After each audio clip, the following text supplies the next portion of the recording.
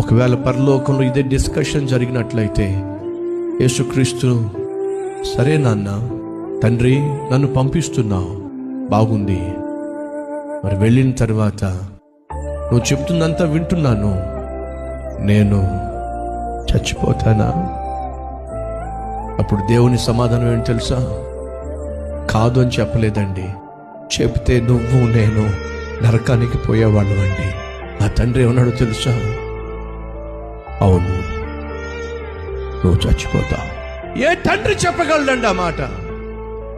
కన్న తండ్రిగా నీ కొడుకు ఆ మాట చెప్పగలవా? నీ వల్ల అవుతుందా? మరి పరలోకమందున్న తండ్రి తన కుమారుని లోకానికి పంపిస్తున్నప్పుడు చెప్పి మరీ పంపించాడండి.